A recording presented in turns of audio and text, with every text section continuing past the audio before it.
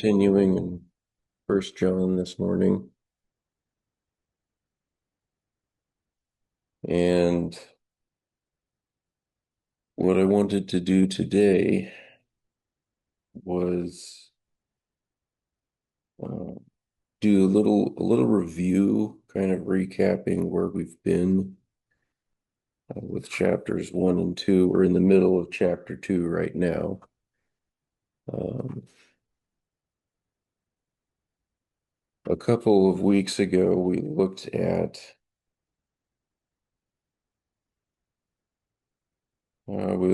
verses 4 through 6.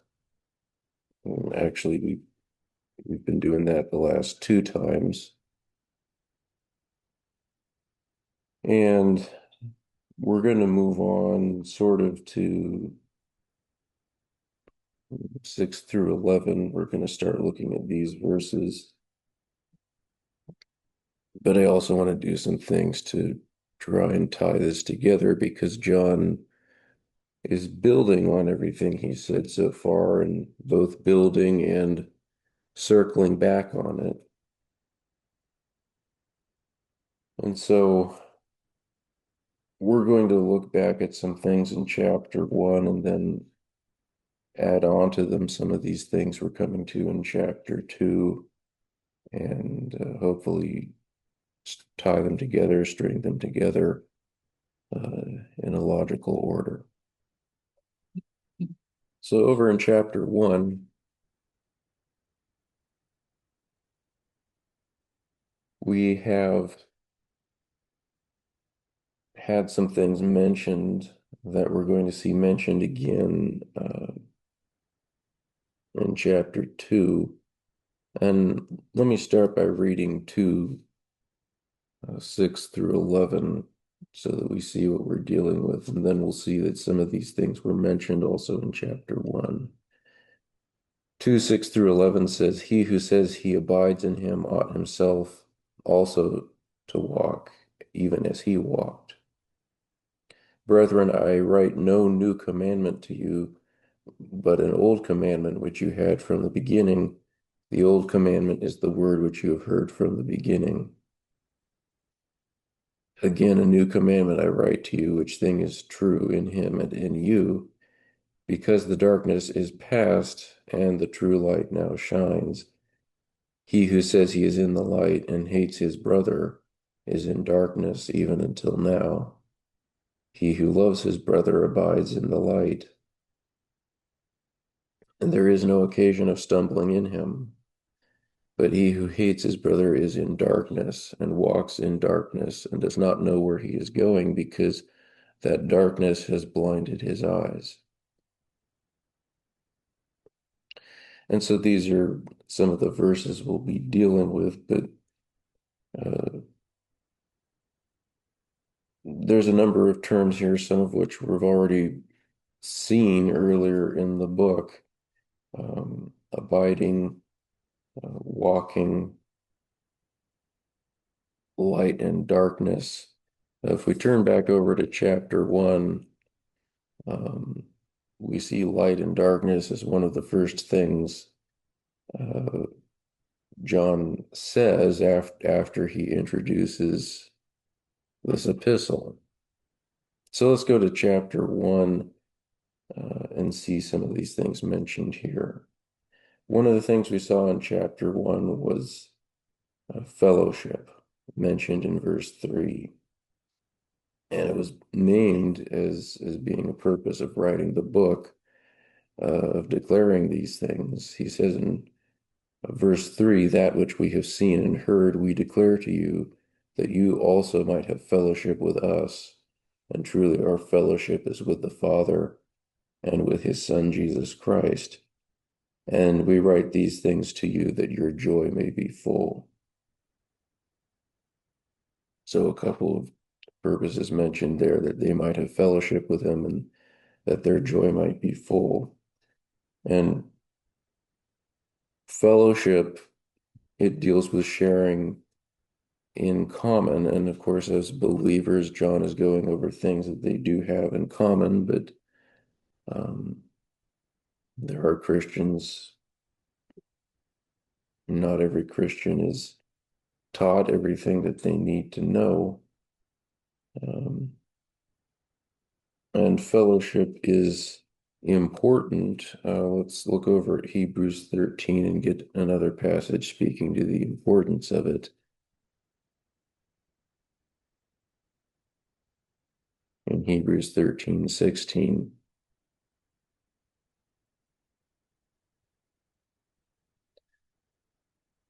We'll read verses 15 and 16. It says, "Through him, therefore, let us offer the sacrifice of praise to God continually," or always. That is the fruit of our lips confessing his character. But to do good and to fellowship, forget not, for with such sacrifices God is well pleased. And so this is named as a sacrifice. So, uh, one of the things that we are as Christians, we are priests, and there are spiritual sacrifices that can be offered. And this is fellowship here is named as one of them. And so when it comes to sharing in common, when it comes to fellowship, John names that as one of the purposes, along with that their joy may be full.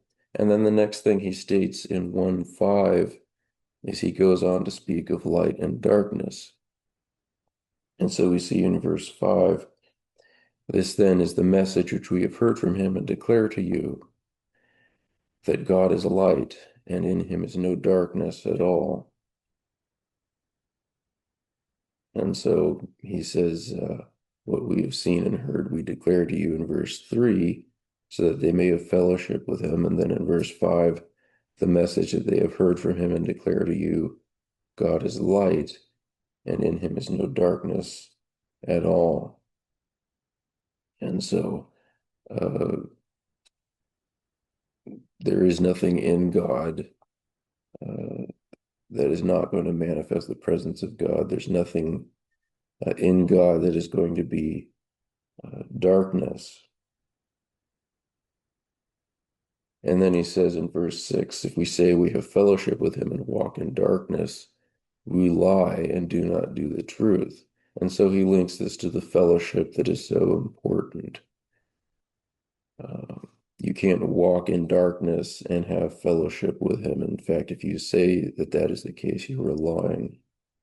And we can go over to 2 Corinthians chapter 6 and also uh, see something stated to the same effect, that light and darkness do not mix.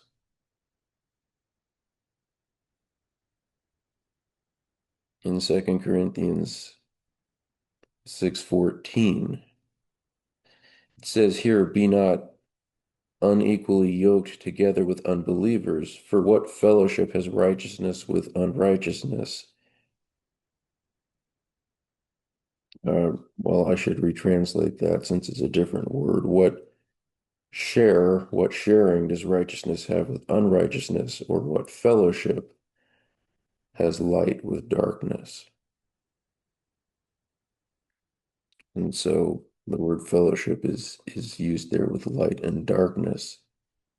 Uh, and Paul, of course, goes on, what union does Christ have uh, with Belial, or what part uh, does a believer have with an unbeliever? And what agreement has the temple of God with idols? For you are the temple of the living God, as God has said, "I will dwell in them and walk in them, and I will be their God, and they will be my people. Wherefore come out from among them, and be ye separate, says the Lord, and touch not the unclean thing, and I will receive you, and will be a father to you, and you will be my sons and daughters, says the Lord Almighty."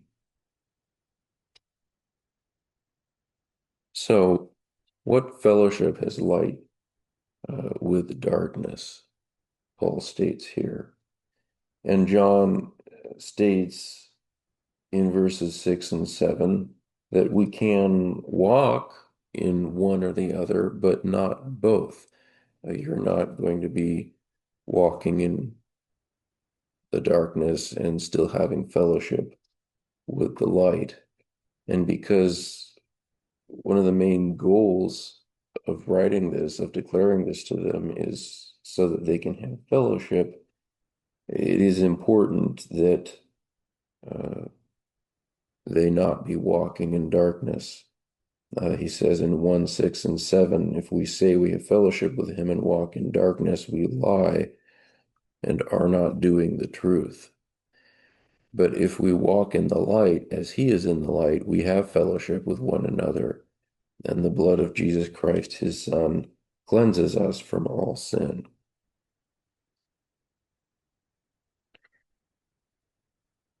And so this then is the importance of the light and darkness and walking in the light. And as we read in 2, 6 through 11, he's going to get back to speaking about light and darkness. But how we walk,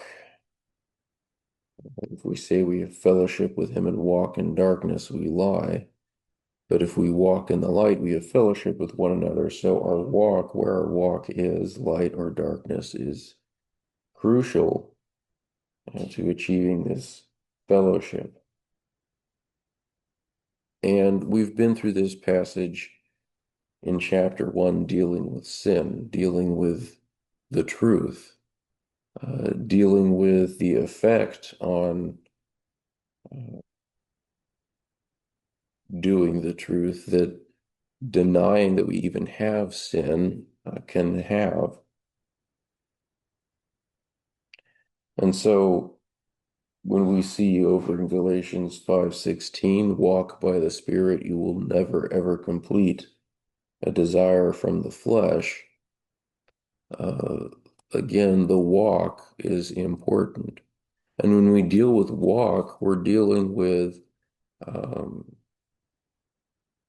as we go through life, what are the decisions that we make? How do we order our lives? Um, and that is what we're thinking about with our walk. Uh, is the way we live our life something that completely ignores the light? Is it in the light or is it in the darkness? And so John, having stated that and pointed out the importance of these things, he goes through sin. He goes through the importance of not being in denial about sin. And again, we can see in Galatians 5:16 that the walk is actually what we need, a proper walk by the Spirit, one that's by the Spirit, in order to not complete a desire from the flesh. And then we also see in the rest of chapter 1, verses 8 through 10, John says that if we say that we have no sin, we deceive ourselves, and the truth is not in us. If we confess our sins, he is faithful and righteous to forgive us our sins and cleanse us from all unrighteousness. If we say that we have not sinned, we make him a liar, and his word is not in us. And so we've been through this with sin. He wrote those things so that they will not sin, as he says in 2:1. And so when we think about how is John accomplishing his goal of, what is he writing so that they will have fellowship, it is immediately linked to their walk. And so John wants to make sure that they understand uh, that they need to be walking in the light, uh, makes sure that they're have a proper understanding of sin that doesn't make it impossible for them to walk in the light. And then the next thing he does over in the beginning of chapter 2 is he goes through some things that relate to how do we know that we are walking in the light. And we've been over this the last couple of times, well, particularly a couple of weeks ago, um, where he goes through uh, verses 3 through 5, how we know. How do we know that we know him? In verse 3, how do we know that we are in him in verse 5? And as we pointed out, uh, when we're dealing with uh, the word know, this is know by experience. When he says in verse 3, and by this we know by experience that we are knowing by experience that we have known him by experience if we keep his commandments. And so we went over some of those things with commandments. And then verse 5 says, but whoever keeps his word, in him truly is the love of God perfected. By this we know by experience that we are in him.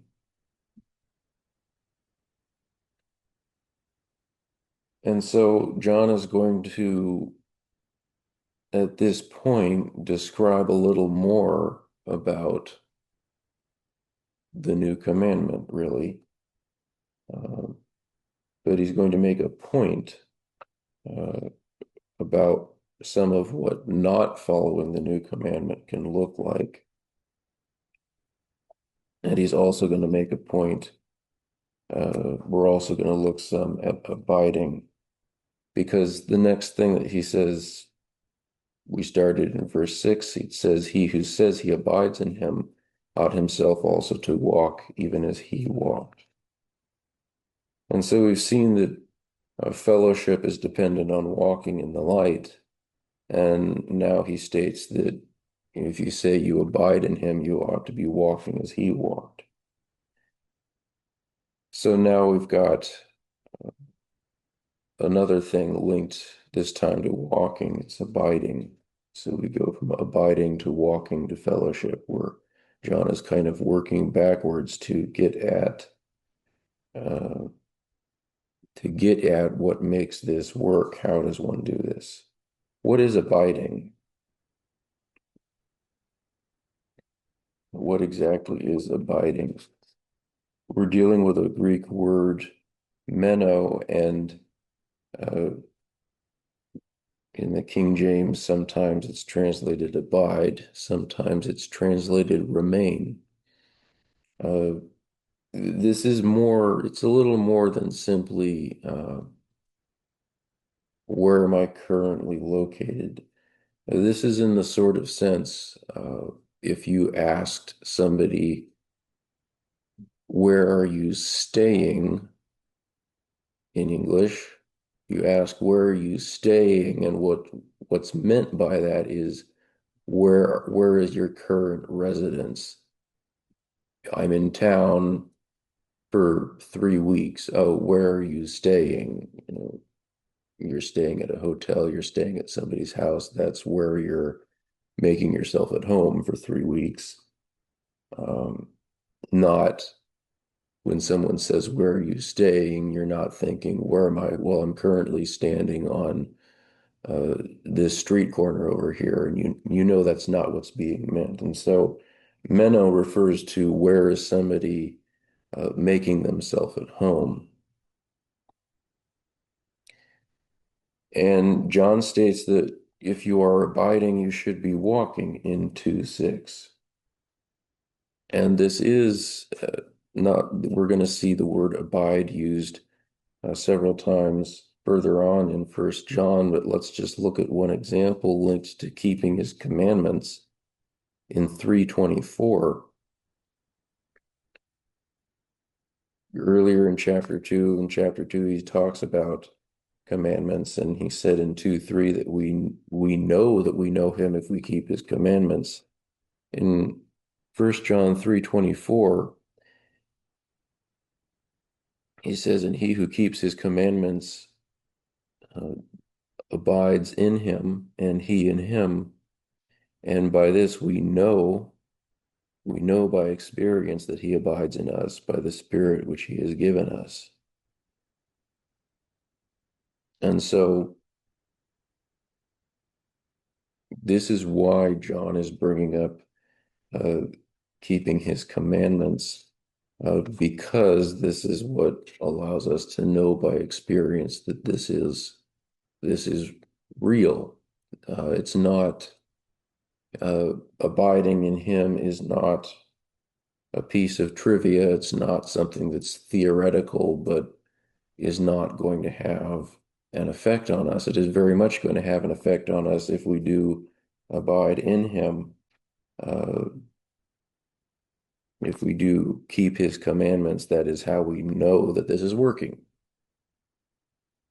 We know that something has changed uh, because it is changing us.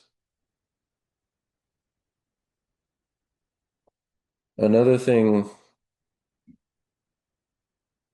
John, let's go to the Gospel of John, John 15. John uses this word abide more frequently than the other New Testament authors. And we can see in the upper room, uh, and in chapter 15, we'll look at the beginning of chapter 15 and see this word used by Jesus. And I want to see some things here that are quite similar to different places in First John, some of which we've already looked at going through the first chapter plus of First John. In John chapter 15, and we're going to look at verses 1 through 12, Jesus states some things about bearing fruit, about producing fruit. And he starts out in verse 1, I am the true vine, and my Father is the vine dresser. Every branch in me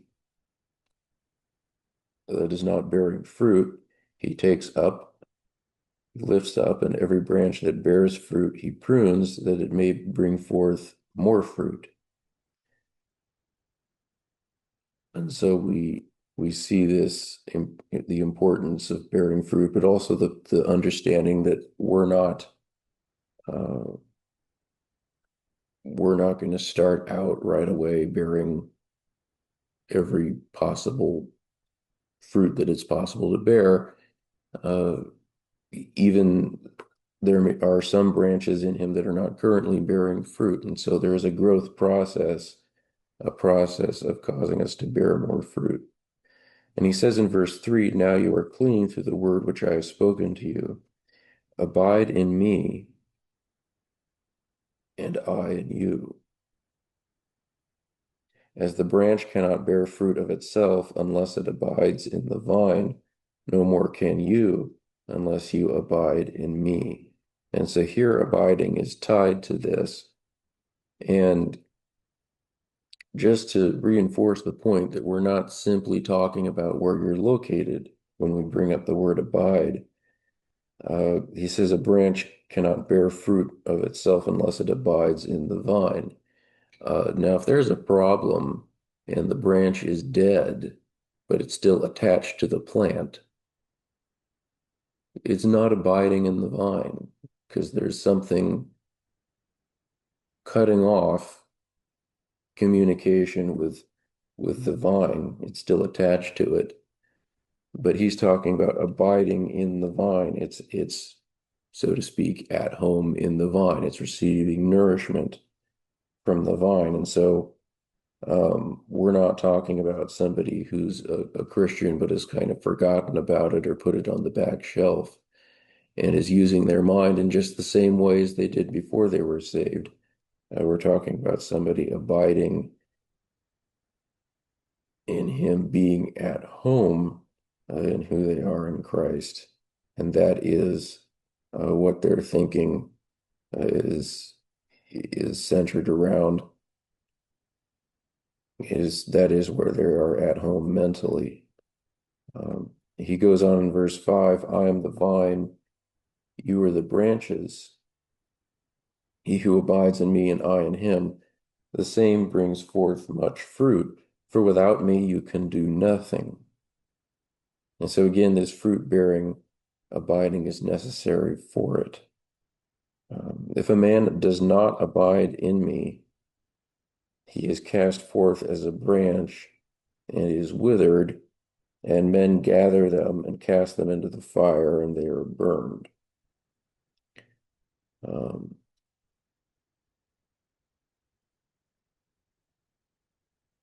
and in this verse, we do see, uh, well, the word abide here is in an aorist, although there is a textual problem with that.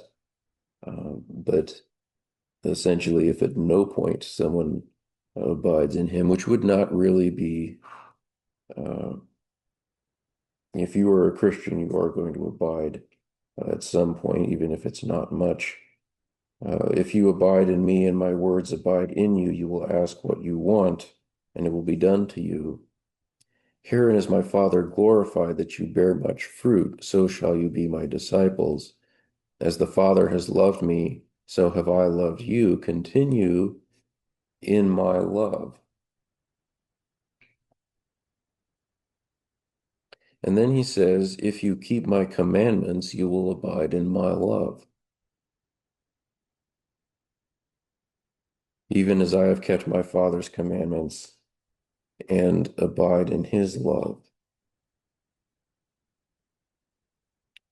And this sounds similar to some things we've read in First John. Keep your finger here because we'll be back. But if we look over at First John 2, 3 through 5, let's just be reminded. John says here, by this we know that we know him if we keep his commandments. He who says, I do not know him and does not keep his, he who says, I do know him and does not keep his commandments is a liar, and the truth is not in him. But whoever keeps his word, in him truly is the love of God perfected. By this we know that we are in him. And so in John 15, Jesus says, if you keep my commandments, you will abide in my love.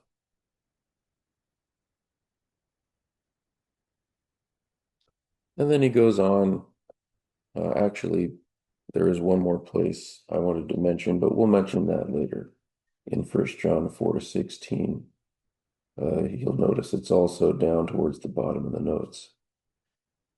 So this lines up with what John has mentioned, but one last thing I wanted to do is read the verses 11 and 12. John 15, 11 and 12, he finishes or continues and says, these things I have spoken to you, that my joy might remain in you, that my joy might be in you, and that your joy might be full. That's similar to something else we just read in 1:4. These things I write to you that your joy might be full, says John in 1 John. And so we have this here in John 15:11. And finally, in verse 12, he says, this is my commandment, that you love one another as I have loved you.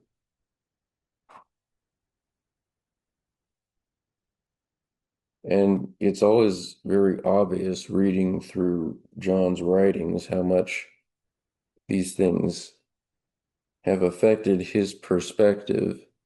He is very focused, almost obsessed with getting these things done, with understanding the importance of the new commandment of loving one another as Christ has loved us.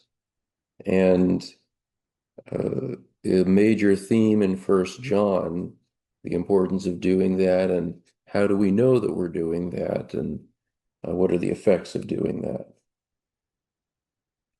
And so, as uh, we're here in chapter 2, Uh, let's come back to First John. We're going to see him talk about uh, the commandment. In verses 7 and 8, he says, Brethren, I write no new commandment to you, but an old commandment which you had um, from the beginning. The old commandment is the word which you have heard from the beginning or a beginning. And then he says again, a new commandment I write to you, which thing is true in him and in you, because the darkness is past and the true light now shines. And so in one verse he says it's not a new commandment, and in the next verse he says he is writing a new commandment. Um, but he's pointing out that's not the only thing that's different in those two verses. In verse 7, he says, The old commandment is the word which you have heard from a beginning. And this is not news to the people John is writing about. They have heard this word uh, from the beginning. They know what the new commandment is. But then in verse 8, he says, Again, a new commandment I write to you, which thing the thing is true in him and in you, because the darkness is passing and the true light is already shining, is now shining. And so we're in the present tense here because John has spoken of light and darkness, and he's going to speak more of light and darkness right away. But we are dealing with a process and again, a growth process that was also in chapter 15.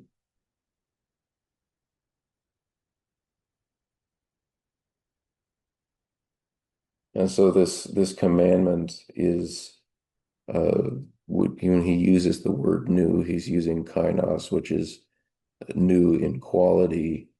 Um, we're still learning how to do this consistently. And then he's going to go on in verses 9 through 11. And again, we're going to bring up love and abiding and light and darkness.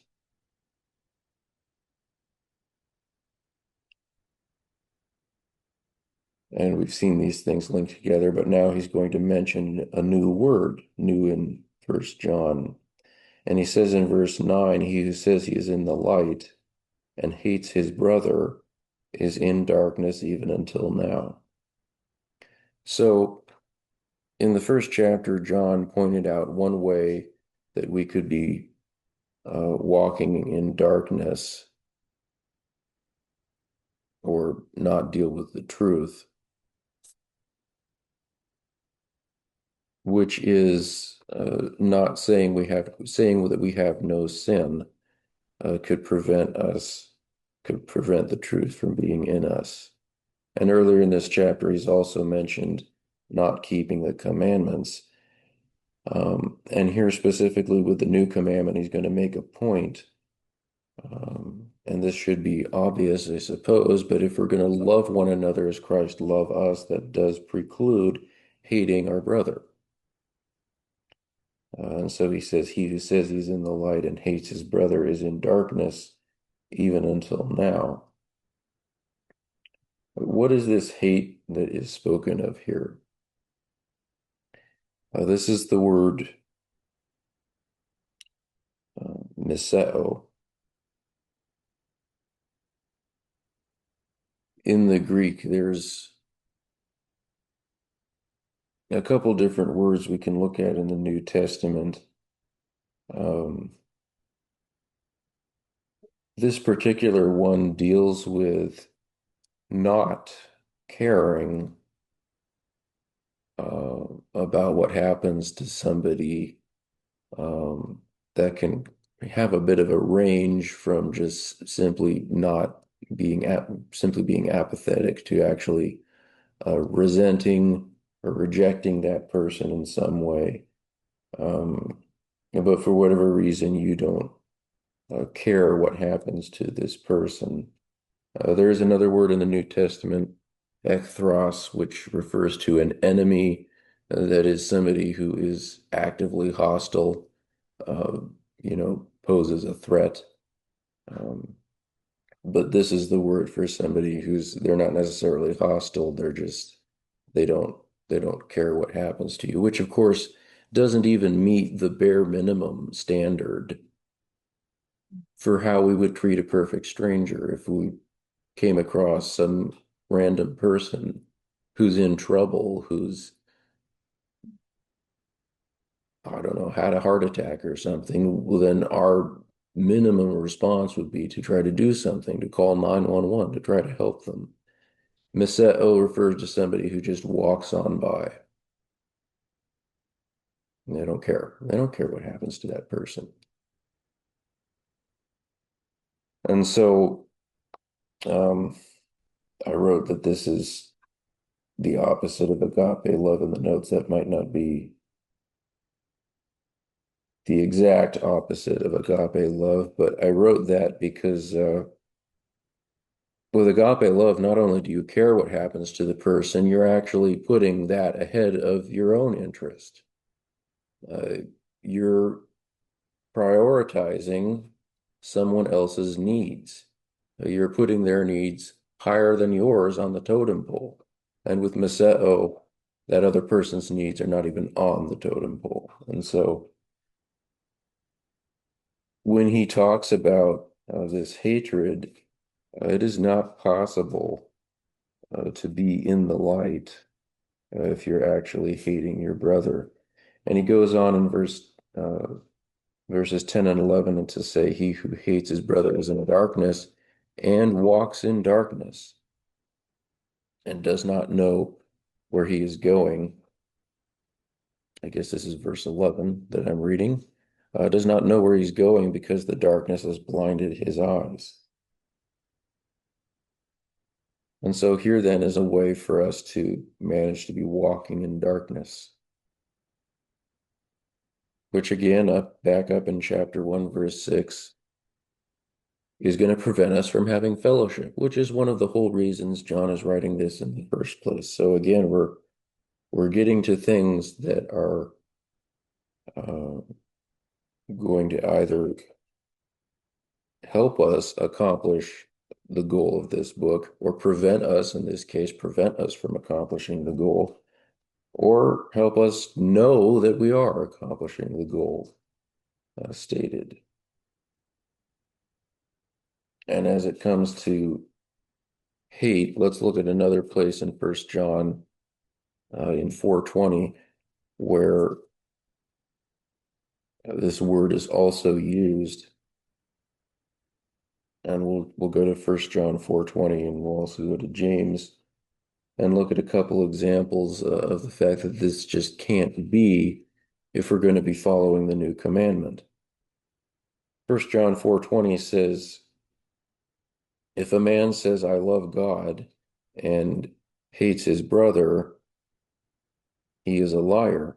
For he who does not love, the one not loving his brother whom he has seen, how can he love God whom he has not seen? And this commandment we have from him, that he who loves God also love his brother. And so obviously these are mutually exclusive. You're not going to be miseo, uh, hating or rejecting your brother while agapeing them. So the agape love and the miseo hate cannot be there. And let's also look at James chapter 2. And let's be reminded of what James says. And here he is using different terminology. We don't see love and hate, agape and miseo, in this passage. We'll start in James 2:14. He is talking about the relationship between faith and works and how you can't really have a genuine faith that never produces any works. Um, and in James 2:14, he says here, what does it profit, my brethren, Though a man says he has faith and does not have works, can that faith save him? Uh, and I think many translations make this correction, but the King James at least simply says, can faith save him? But that's not what he's saying. And there is a definite article, the faith, the one we're currently talking about, the one that does not have works. And so, can that faith save him? If a brother or sister is naked and destitute of daily food, and one of you says to them, depart in peace, may you be warmed and filled, notwithstanding you do not give those things that are needful for the body, what does it profit? And and so when he says, can that faith save him? A couple things. First of all, he's talking about this particular faith, the one that doesn't have works, the one that, as we'll see, as we see in James, James is saying that it really isn't faith at all. And when he asks, can that faith save him? Remember, he's speaking to people who are saved. He says, brethren, and then gives the example. And if one of you says to them, depart and be filled, but you all don't give them the things that they need, what does it profit? And even so, faith, if it does not have works, is dead, being alone. Yes, a man may say, you have faith and I have works. You show me your faith without your works, and I will show you my faith by my works. Yeah. You believe there is one God, you do well. The demons also believe and tremble. And so, James is making the point. We're dealing with present tense salvation. We're not simply dealing with having faith that God exists, but we're dealing with actually loving the brethren. In this particular example, and James more broadly is making the point that what kind of faith is it really if it's one that doesn't really produce anything?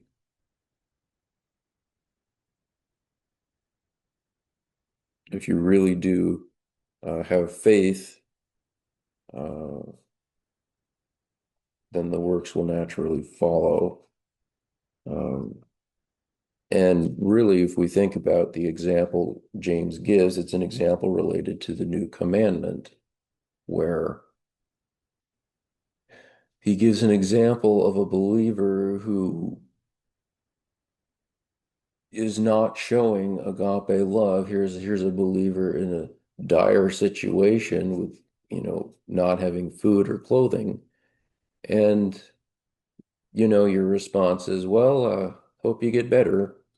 I hope somebody comes along and provides you with some clothes or some food. I hope that happens for you and you go on your way. And that's not how we're to treat the brethren. And so we cannot be uh, walking in the light. John would make the point you're walking in darkness. James would make the point you don't really have uh, the faith, because if you did, you would do something about it. Um, and again, he's relating that to present tense salvation. Um, and so back in First John,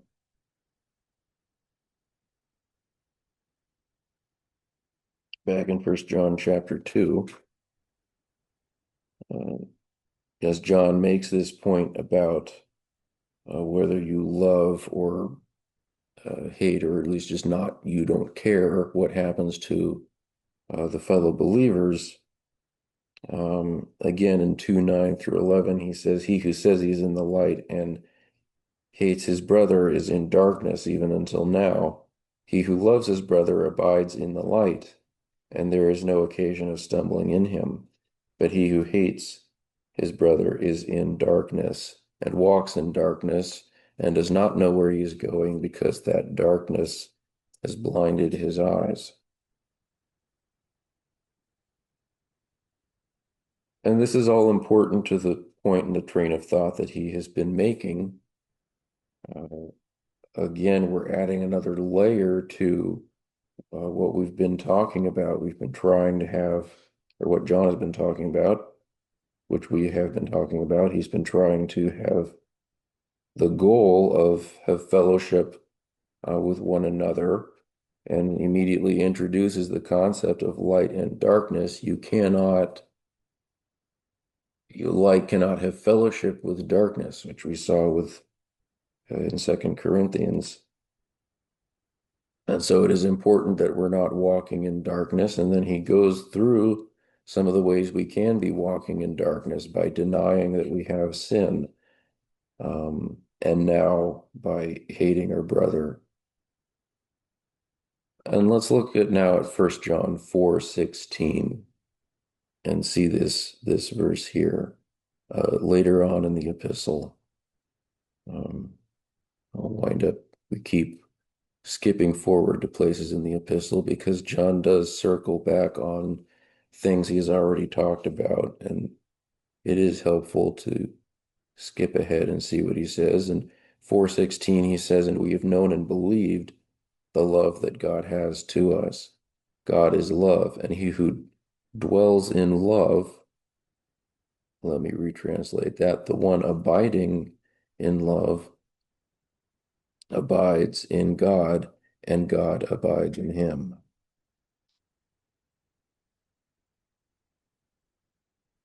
And so, this is so. In light of that, if we think about 2:3, where it says, "And by this we know by experience that we know him by experience if we keep his commandments." Well, one of his commandments is the new commandment to love one another, and as he loved us. And so in 4:16 he says, "He who abides in love abides in God." We know, therefore, we're abiding in God if we're abiding in love. And so this again loops back to fulfilling the new commandment. Something much on John's mind and much on his mind is to go through things that will cause us to walk in darkness, things that will cause us to know from experience, by experience, that we are walking in the light. In a couple weeks, presumably moving on to verses 12 through 14, looking at the fact that this is a growth process. That is the next thing he's going to emphasize. There are different degrees of maturity. He's going to describe the believers as children, as young men, as fathers. And so having gone over some of these things with walking in the light and walking in the darkness, we see that this is a process where we grow and improve in.